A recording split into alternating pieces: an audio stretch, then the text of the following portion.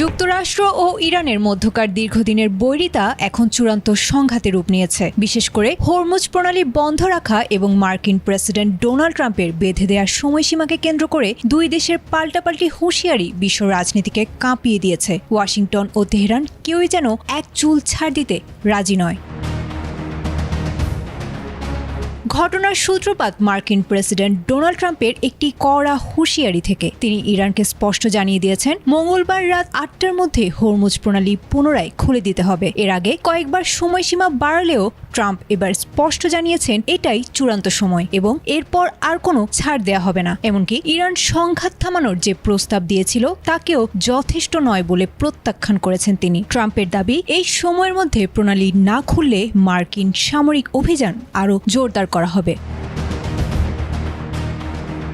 ট্রাম্পের এই হুমকির জবাবে ইরানও এখন মারমুখী অবস্থানে। দেশটির পার্লামেন্ট স্পিকারের শীর্ষ উপদেষ্টা মাহাদি মোহাম্মদি সরাসরি ট্রাম্পকে লক্ষ্য করে পাল্টা আল্টিমেটাম দিয়েছেন। সামাজিক যোগাযোগ মাধ্যম এক্সে তিনি লিখেছেন, ট্রাম্পের হাতে মাত্র ২০ ঘন্টা সময় রয়েছে। এর মধ্যে সমাধান না হলে মার্কিন মিত্রদের প্রস্তর যুগে পাঠিয়ে দেওয়ার হুমকি দিয়েছেন তিনি। মোহাম্মদি দাবি করেছেন, এই যুদ্ধে ইরান ইতোমধ্যেই বিজয়ী অবস্থানে রয়েছে এবং তারা নিজেদের অবস্থান থেকে কোনোভাবেই পিছু হটবে না।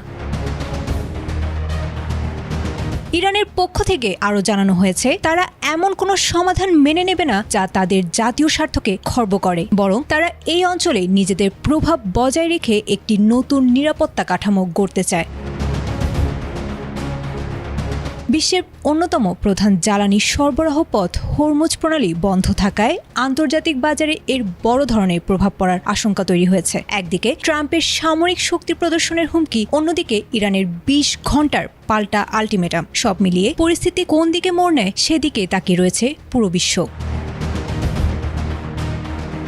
আয়েশা আক্তার, এটিএন বাংলা।